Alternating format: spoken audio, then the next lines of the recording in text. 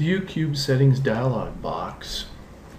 When clicking on the View Cube, let's right click on the View Cube and let's go to View Cube Settings.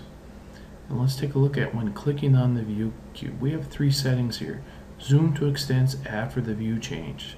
So when I make a change to another view, AutoCAD will zoom the object as large as it can.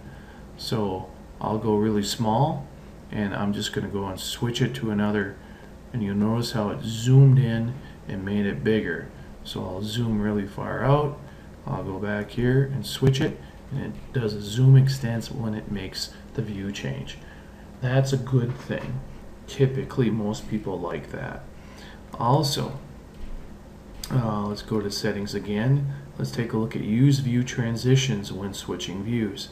This actually puts in a transition, a smooth transition from one view to another. It's going to slow it down so that you can see it spinning from one view to another.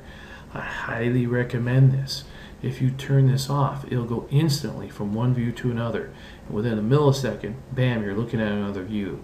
This gets disorientating to the viewer, so I do not recommend it. And then orient the view cube to the current UCS.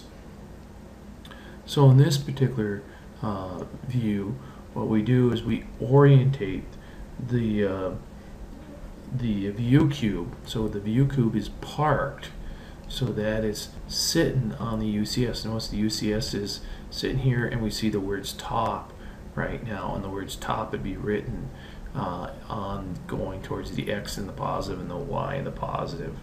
And I highly recommend this. You can turn this off, and then this is not orientated to wherever the current UCS is.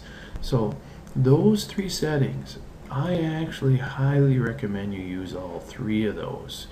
But the only one I kind of say it's personal preference is the zoom extents. If you're zoomed in all the time and you like being zoomed in when you change, fine.